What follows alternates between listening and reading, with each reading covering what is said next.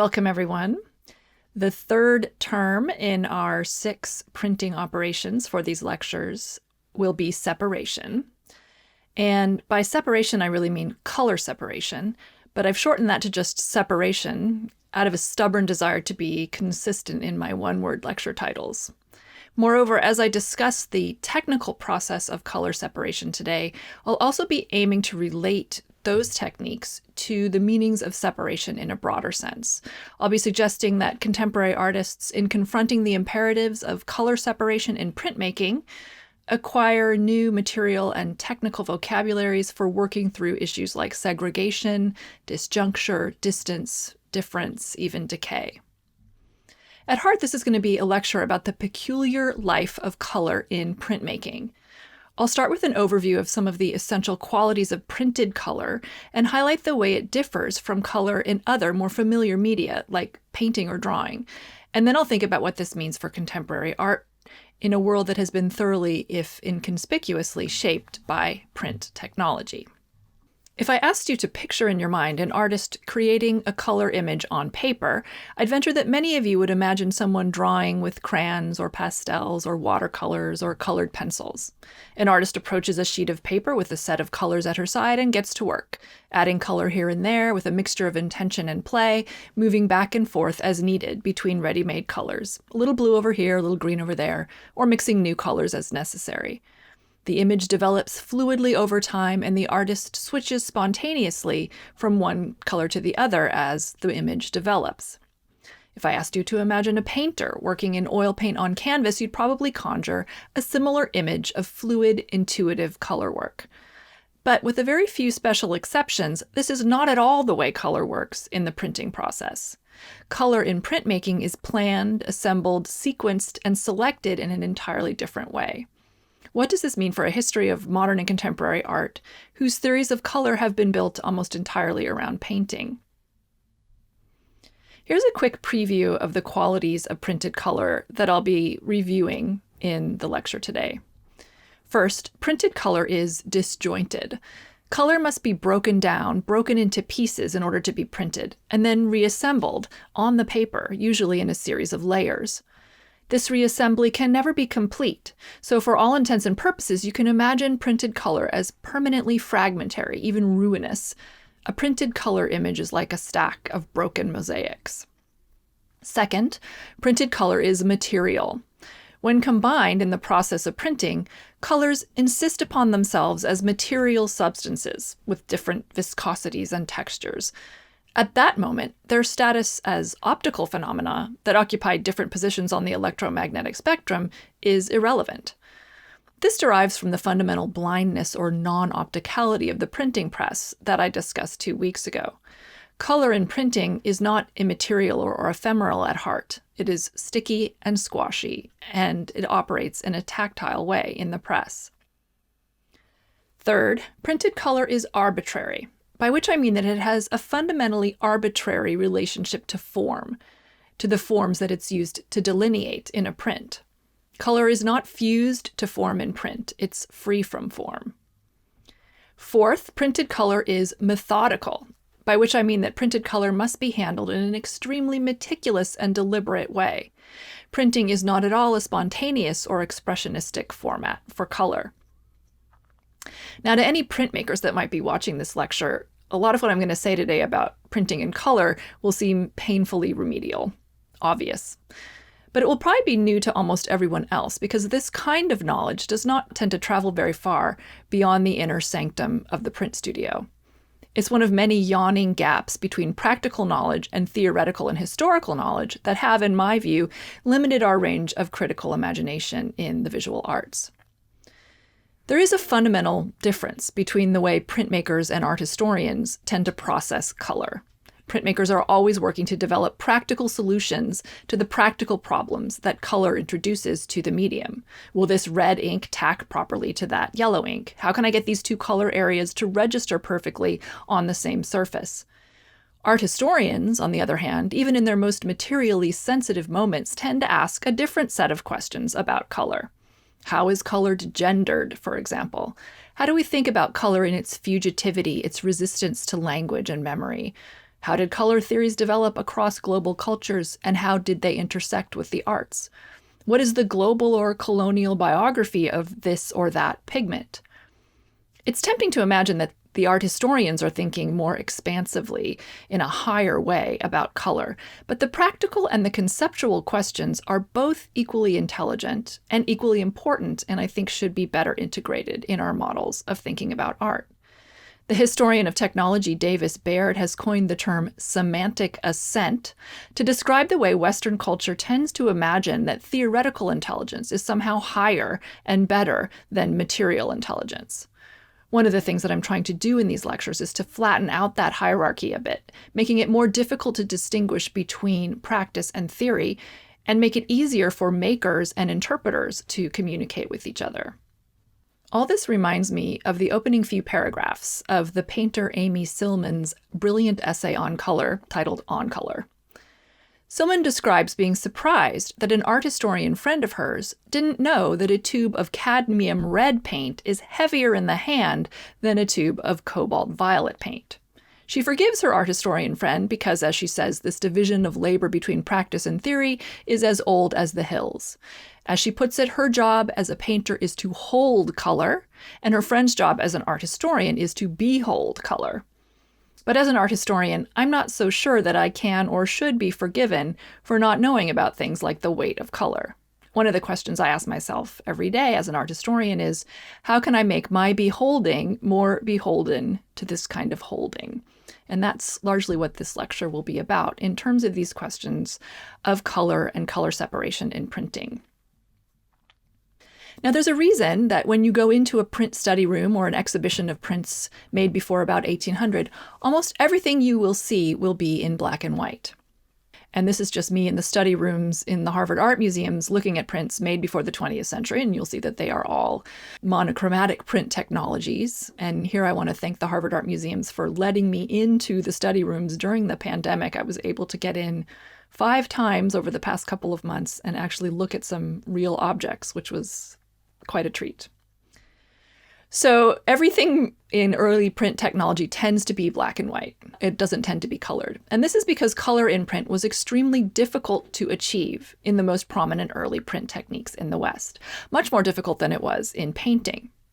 Now, we talked 2 weeks ago about the printing press as a blind instrument, a non-optical instrument.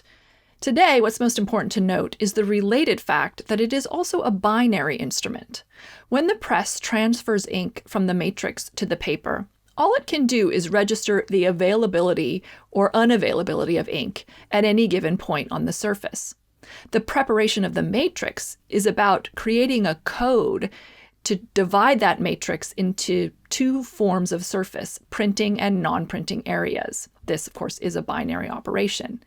Then the whole matrix surface goes through the press at once, and there's no way to adjust the action of the press halfway through to treat different areas of the matrix differently. All it can do is either transfer ink or not transfer ink.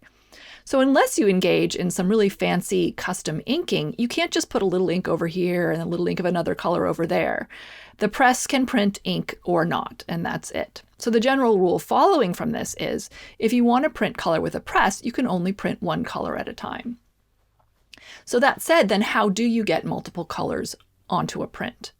Historically, the simplest method was fundamentally to cheat and apply color later to a black and white print by hand. This was usually done with transparent color like watercolor, so that you can still see the printed lines through the color. These hand-colored prints offer abundant clues as to how the color was actually applied. By looking at details, especially errors in coloring, you can tell a lot about the colorist's procedures. Hand coloring reached new levels of sophistication and scale in the 19th century, often involving elaborate divisions of labor. A good example is the immensely successful Currier and Ives firm in the US, which marketed and distributed popular lithographic images. The thousands and thousands, millions of prints that issued from the Currier and Ives operation were colored by hand when they were colored. Currier and Ives had entire coloring rooms filled with mostly young German immigrant women who had worked in the lithographic industry in Europe. Each would be assigned a single color, and then often guided by stencils, the print would come to life through this kind of assembly line color process. Think of the huge investment that's being made in hand coloring by the Currier and Ives firm. It's essentially running a factory of hand coloring. And it's notable that although lithography is one of the friendliest processes for color printing, in the mid-19th century, it was still easier and cheaper to do all that color by hand than actually to print these images in color in the first place. So something that's worth pointing out at this point is that in this hand coloring process, color is always belated. It follows after printing, and thus it functions quite literally as a kind of secondary quality of the image, something somehow less essential than its form, which is carried, of course, by the printed lines. And in this sense, hand coloring obeys the old and common hierarchical distinction between line and color that runs through Western art history and theory, in which line is thought to carry the essence of things, proportion, contour, balance, and color is seen as a fugitive, inessential afterthought. But as we'll see throughout this hour, those ideas about color as a secondary afterthought break down when you actually start printing in color with a press. So how do you do that? How do you actually print multiple colors? How do you get the press to do the coloring at the moment of printing? Now, there are some transitional methods that involve hand coloring the matrix with different colors and then printing that. So essentially coloring the matrix rather than the print. One example of this is called à la poupée printing. To make this print, the plate itself was inked in 2 different colors. This may appear simple, but it involves very complicated and time-consuming inking procedures, especially in the areas where 2 colors meet, where the sticky ink had to be made to abut sticky ink in another color without mixing. And then the plate needs to be re-inked in this way for each and every impression, so it's really not very efficient. A slightly more modular and automated method is to actually break up the plate and ink different parts in different colors and then put them together on the press bed and print the whole thing. This is known as jigsaw plate printing. Edvard Munch's late 19th century woodcuts made from sawn-up wood blocks are great examples of this process.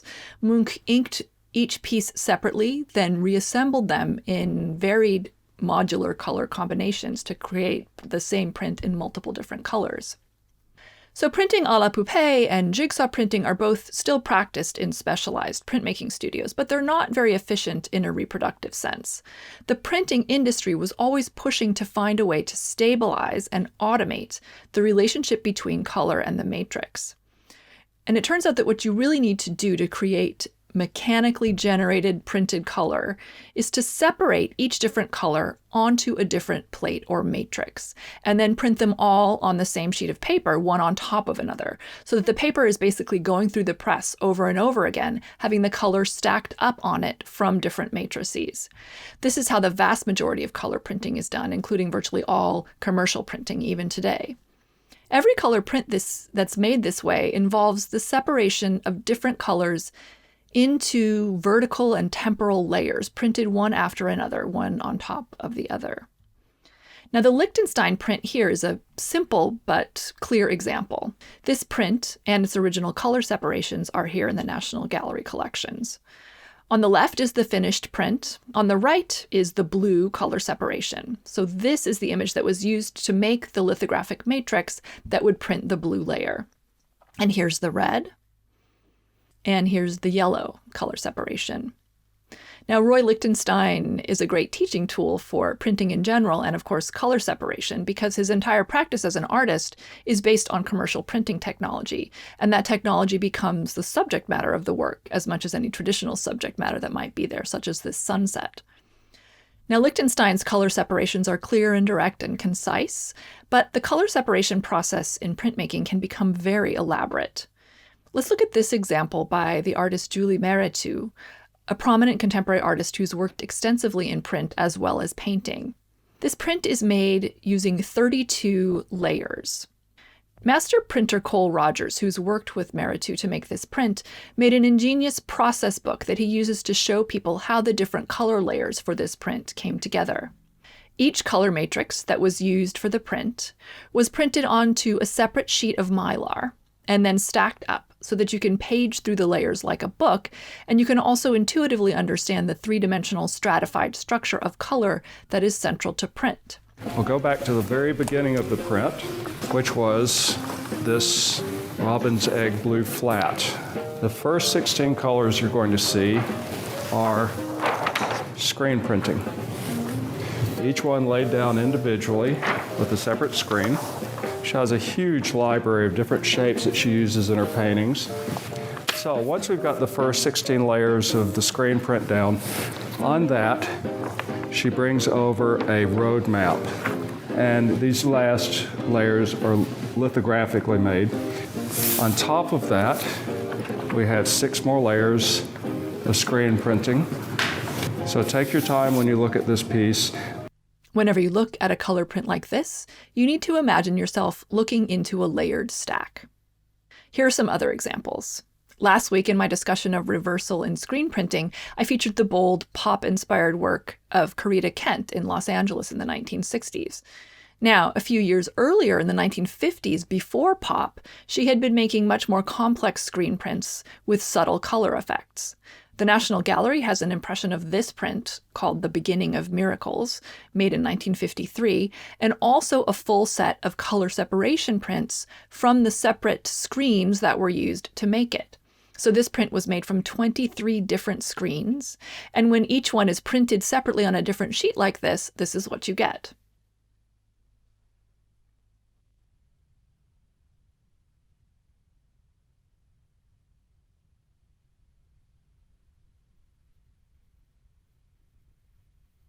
Another example, The Dutch Wives, a screen print by Jasper Johns, was made from 29 screens. Now here you may be wondering, 29 screens for that? It just looks gray.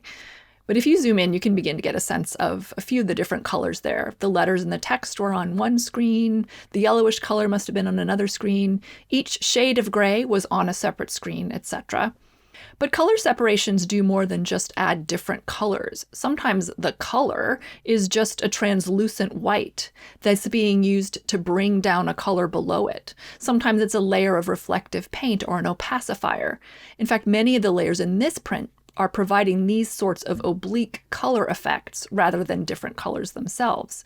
Essentially, any kind of color or light effect that you want to create in a color print requires putting down a discrete layer of ink that will do that job by sitting in a particular position in a series of stratified layers. A lesson to take away from all this is the dimensionality that color printing requires color to have. Every multicolor print, however flat it appears to be, has a three-dimensional structure.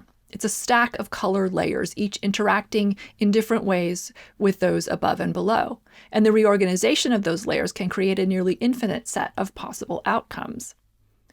Another really fundamental point here is that the color image has to be separated, broken down, taken apart, even destroyed in order to be printed. There is a kind of ruination in the very structure of color print. Meritu's title, Entropia, is especially apt given this situation. Now, a precarious balance between structure and ruination is a hallmark of color printing, and it's also a hallmark of Meritu's work throughout her career. Her paintings explore complex systems, ecological, social, and financial, that teeter on the line between construction and collapse. Meritu draws on her training in printmaking in evoking this uneasy balance. She does so literally. Her paintings include printed layers interspersed between handmade marks, but also more broadly in all the ways in which printmaking has guided her imagination of layering, deconstruction, and depth in painting.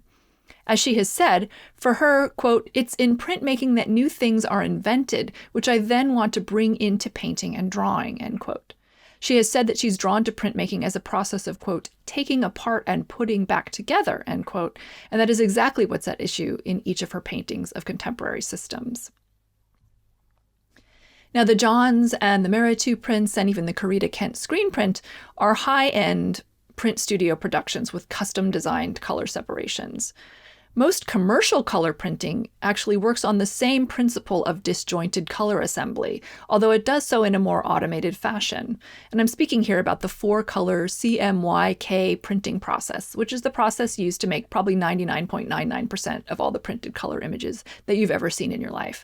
Magazines, catalogs, art history books, newspaper photographs. Now, in this process, images are photographed using filters to separate them into 4 different colors: cyan, magenta, yellow, and then black. The K in CMYK stands for black.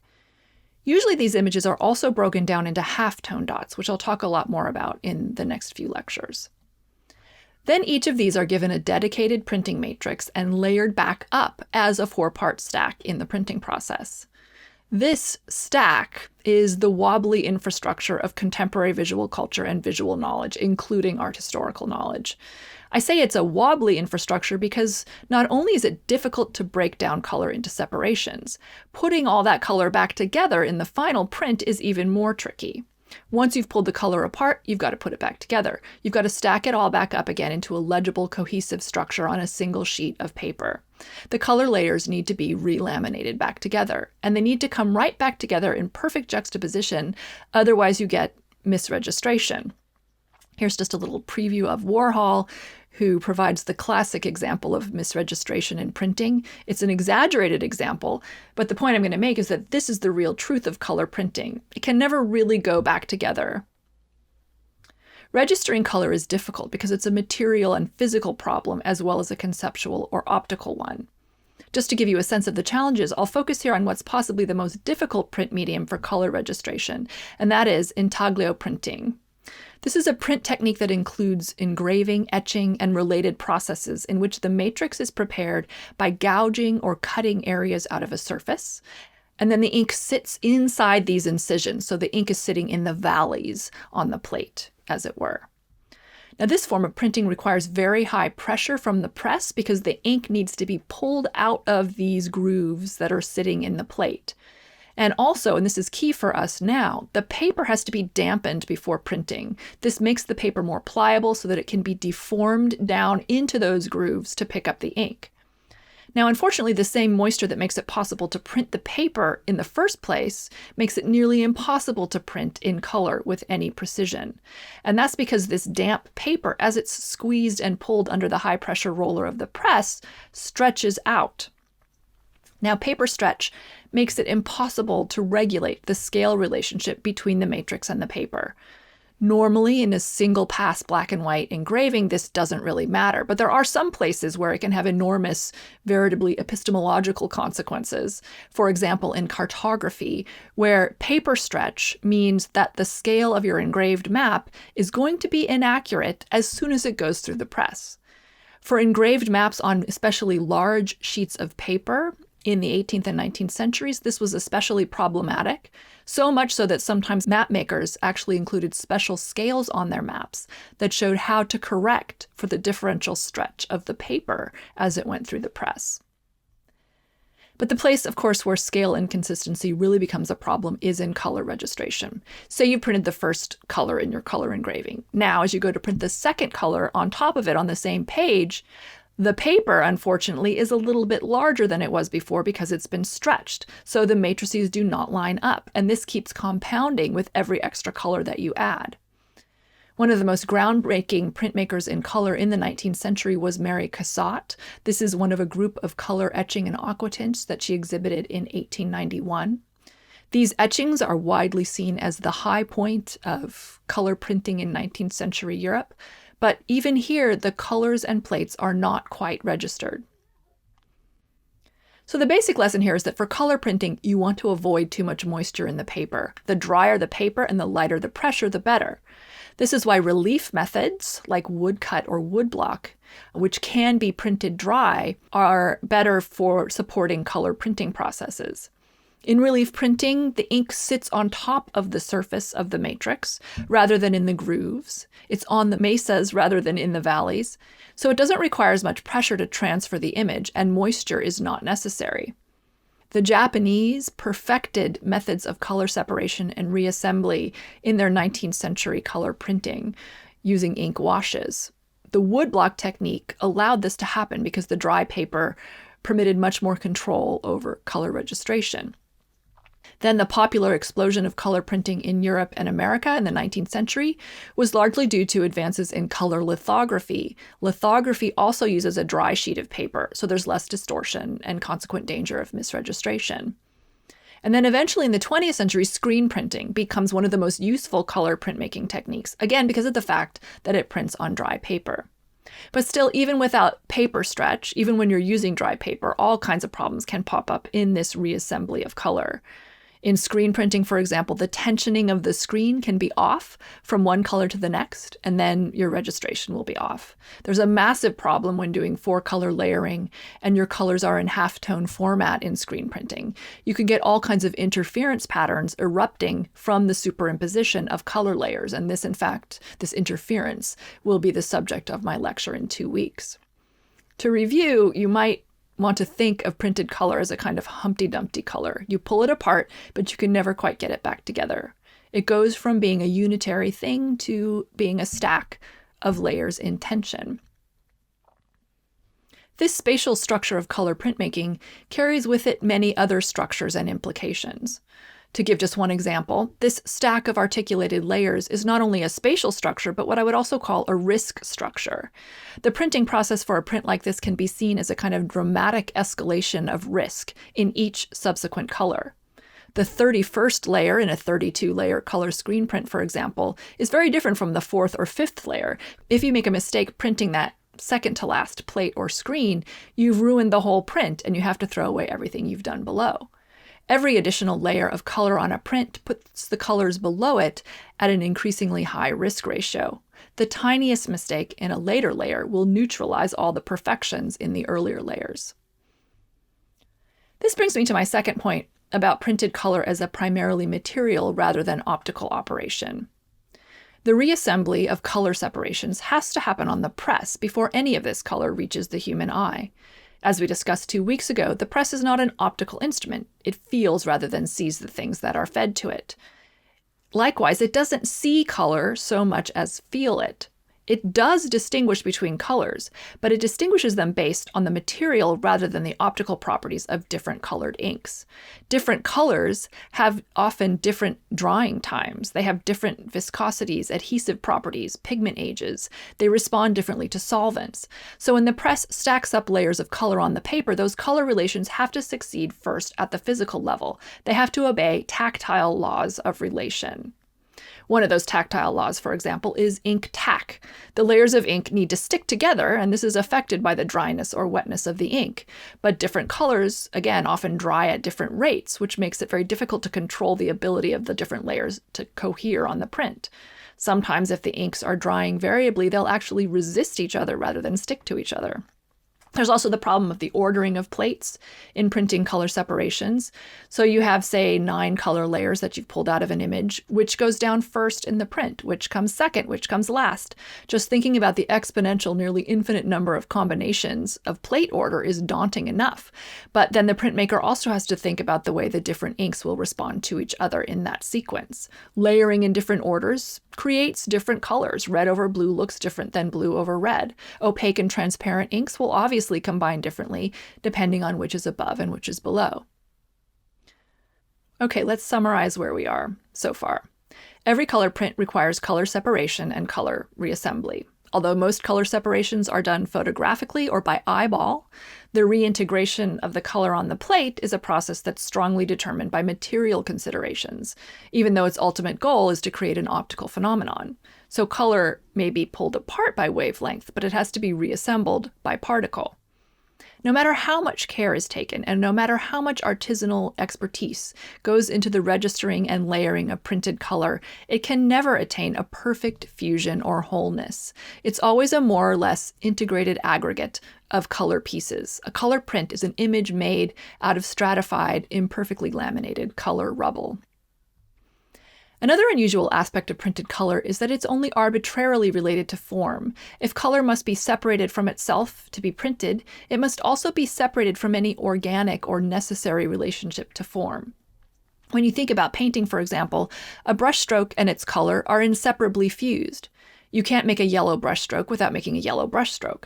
The form and its yellowness are one and the same. You can't have this brushstroke without also having its yellowness. But in printmaking, the form or contour of the mark on the matrix has its own independent existence apart from the colored mark that ends up on the paper. This kind of disjunction is a hallmark of all color printmaking. I'm showing you a color lithograph by the American artist Louis Del Sarte, who was known as a brilliant colorist.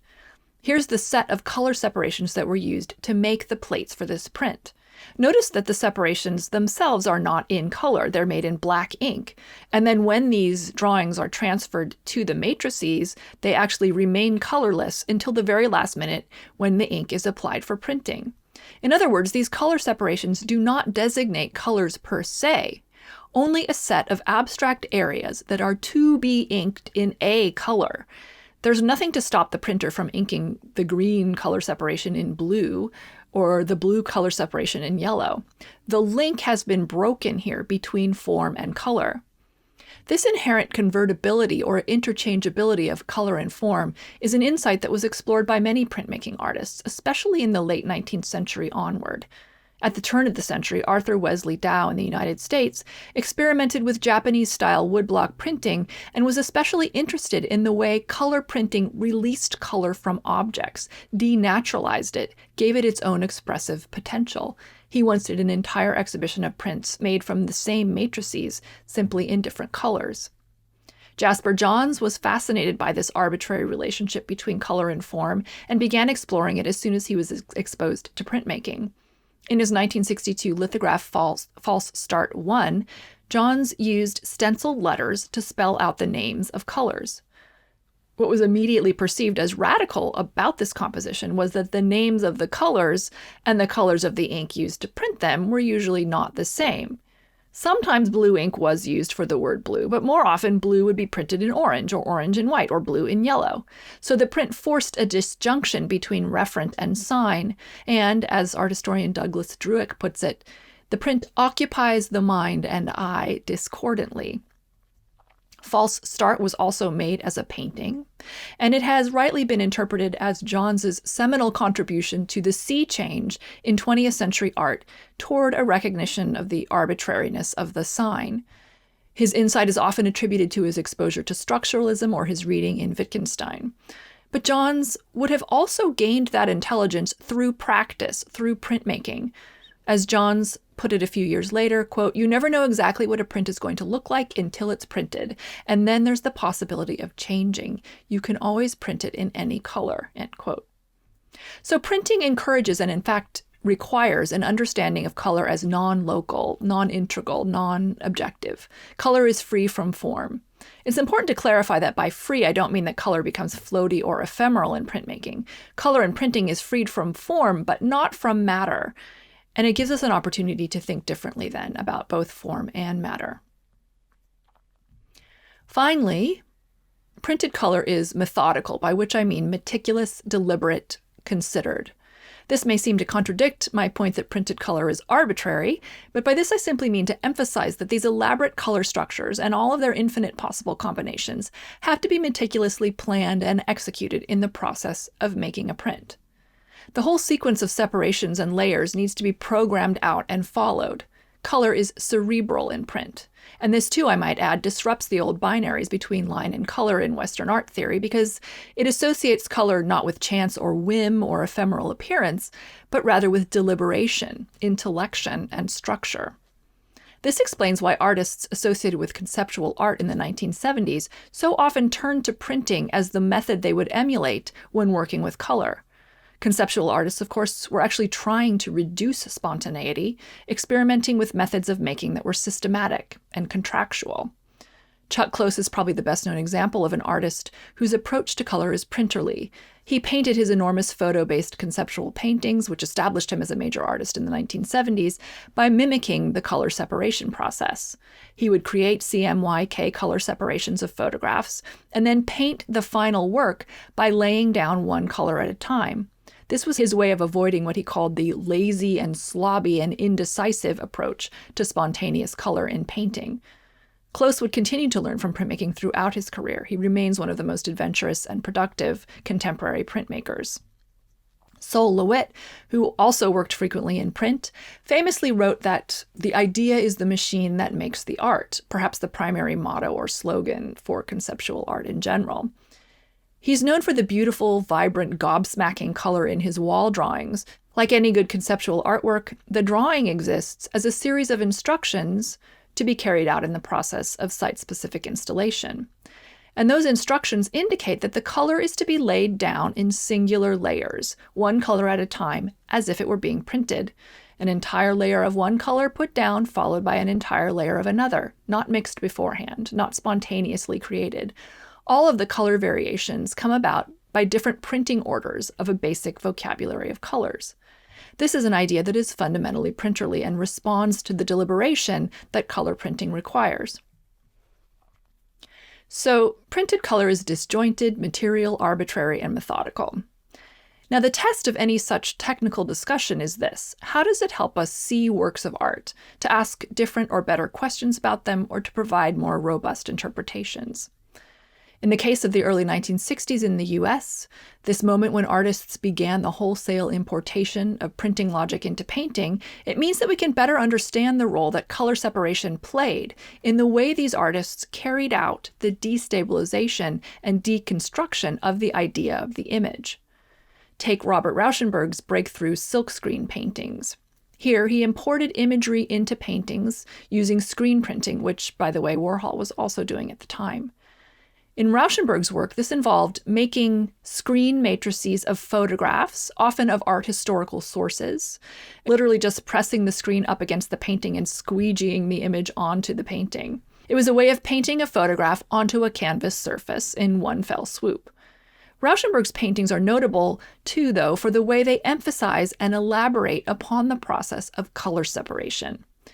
The printer's registration targets that he includes in the paintings are there almost as if only to call attention to the misregistration at issue.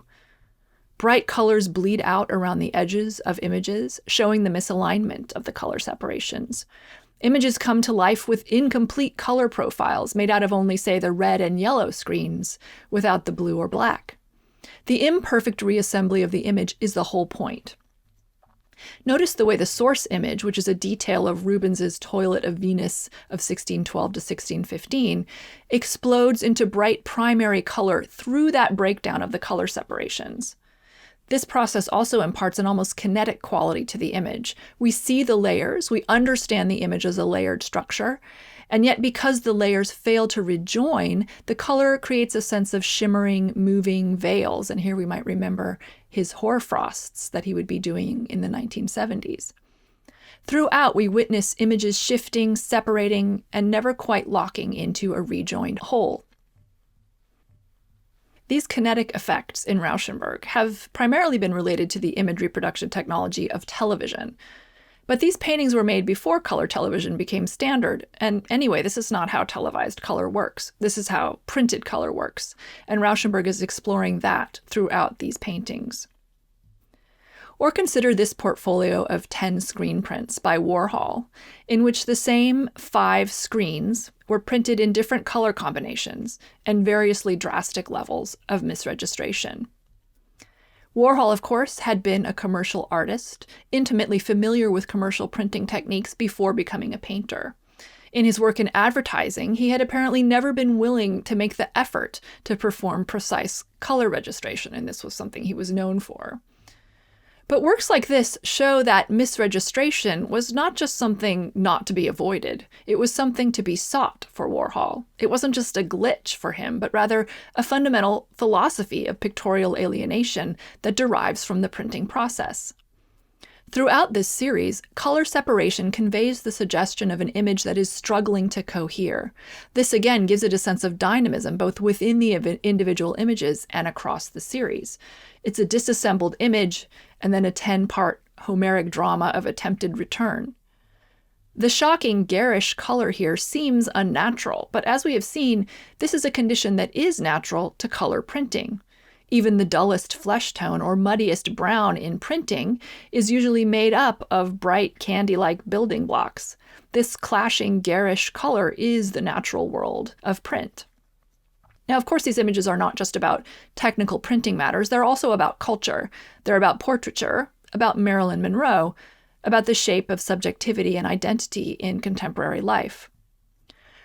Warhol first began using this portrait and the screen print method just after Marilyn Monroe's death. So these are inevitably about the tragedy of her death and the question of her identity, of any celebrity's true identity, in a life lived in front of cameras, a life lived as an image.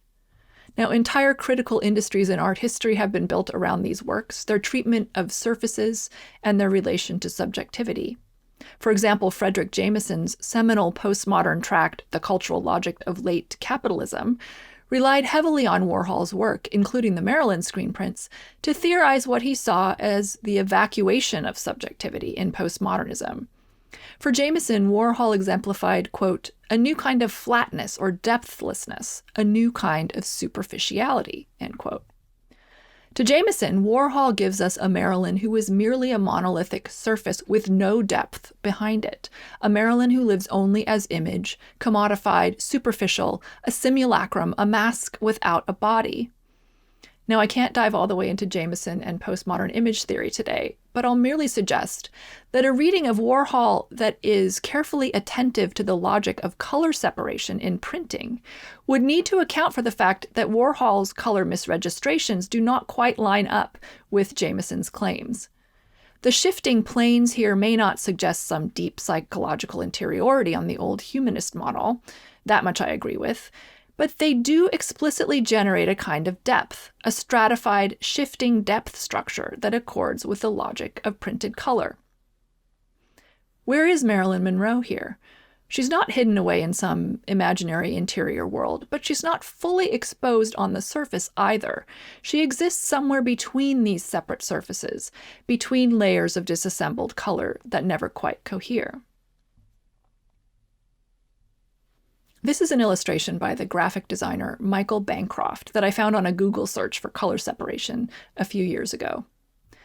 It shows our printing colors arranged in a line: cyan, yellow, black, and magenta. Yellow holds a protest sign that says "End color separation." Cyan makes a peace sign, magenta holds up a lighter. Black bows its head and holds up its fist, in a clear allusion to the Black Power salute by Olympians Tommy Smith and John Carlos in 1968.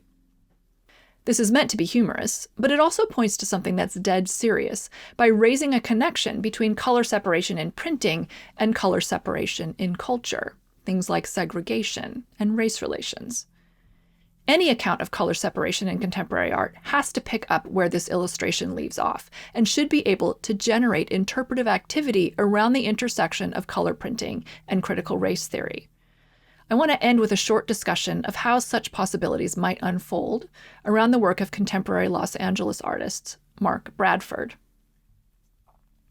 This is Bradford and his massive site-specific work, Pickett's Charge, installed in 2017 along the circular inner gallery of the Hirshhorn Museum. It's a work that follows the logic of color printing inasmuch as it's based on the notion of separation and precarious reassembly. The installation includes 8 huge works, each 45 to 50 feet long and 12 feet high, 400 linear feet of material.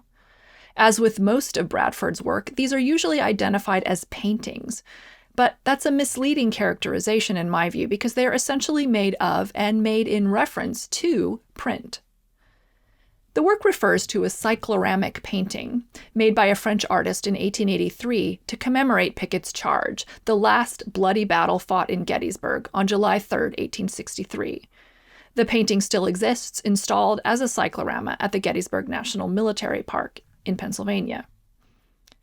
Pickett's Charge was seen as the turning point in the Civil War, in which the North pivoted to take the upper hand, and thus it symbolizes in the prevailing narratives of U.S. history the eventual end of the war, the healing of the Union, the reintegration and reconstruction of the nation. The painting installed in its rotunda is meant to take the viewer vividly and seamlessly back to that time and place, and to embody this narrative of healing and unity. Bradford takes up this narrative today, in the 21st century, when the color lines over which the Civil War was fought are more persistent and intractable than ever. His Pickett's Charge is all about dissolution, deconstruction, disunity, about a failure of unification. A failure which is embodied by the way he recreates Pickett's Charge in and through print. Bradford had a full-size print made of the cyclorama painting. You can see it here, as well as its coarse halftone structure. He layered this huge print over multiple other layers of colored paper and printed matter, and then peeled away portions to reveal jagged layers below. And here's a detail. Pickett's charge here picks up on Bradford's usual working methods. He works with printed matter, mostly flyers, street bills, scrapped billboards from his South Central LA neighborhood. He collects them, soaks them in water, and layers them so that they stick together and form a kind of laminate surface of printed color and text. As he puts on the layers, he tends to embed string or rope at various depths, and then he goes back into the layers, either sanding parts of them away, or in this case by pulling out some of those ropes. For Bradford, an image is an archaeological or geological stratification of color as matter. He makes that block of layers evident by peeling and penetrating it, demonstrating its precarious construction. Bradford has spoken of his archaeological layers of printed paper in ways that mirror the structure of printing, with its discrete layers that create a kind of fusionless depth. Quote, "What fascinates me is the way in which paper creates depth, but at the same time it still has its singular form. It's one complete thing on top of another," end quote. Bradford speaks to the compressed energy of a structure that resists coherence. Layers press together, crush together, but still riven throughout by discontinuities. Having worked with printed color all his life, Bradford reiterates its structure here to disrupt the smooth and unified historical narrative of the cyclorama. The Civil War and the racial politics it embodied is still being fought. Its image is still raw. Its separations are not reassembled. This comes through not just in the disrupted layers, revealed in their failure to cohere, but also in the large-scale halftone color separations that constitute the image. Color here remains like an unstable aggregate, a kind of geological grit. The closer you get to this Pickett's charge, the less its picture coheres. A deeply critical image of historical reconstruction, it reveals itself as built on a ruin, a bunch of CMYK rubble. If the cyclorama was a kind of history painting that attempted the false reconciliation of a nation that was in fact still riven by racism and racial division, Bradford's work shows us what it might mean to create a kind of history printing that would give form to the conflict that still serves as the precarious bedrock of American society. Thank you. That's it for this week. Next week we have a lecture titled Strain.